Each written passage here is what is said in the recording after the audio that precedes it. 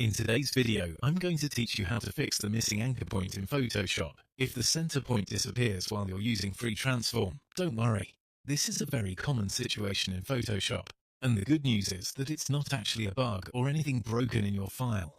In most cases, it simply means a setting was turned off, and bringing it back only takes a moment. To begin, select the layer you want to transform.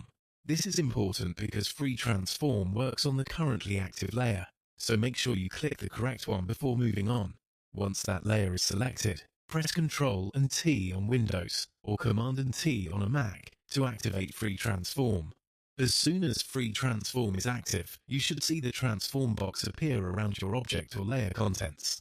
If the anchor point is missing, the next place you need to look is the options bar at the top of the Photoshop interface.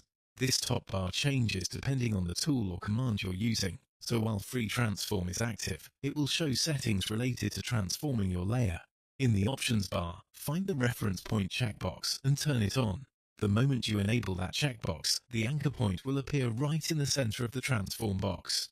That's the missing center point many users are looking for. This reference point is useful because it gives you better control over how your object transforms. When it's visible, you can rotate, scale and adjust your layer more precisely. It helps you understand the center of the transformation and makes it much easier to work accurately, especially when you're trying to make controlled edits instead of rough adjustments. So if you've ever thought the anchor point disappeared for no reason, now you know exactly what happened. The setting was simply disabled, and the fix is just a few clicks away in the options bar. And that's really all there is to it. It's a small setting, but knowing where to find it can make your Photoshop workflow smoother and save you time whenever you need to transform a layer.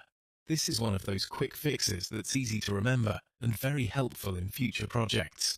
Thanks for watching, and I'll see you in the next Photoshop tutorial.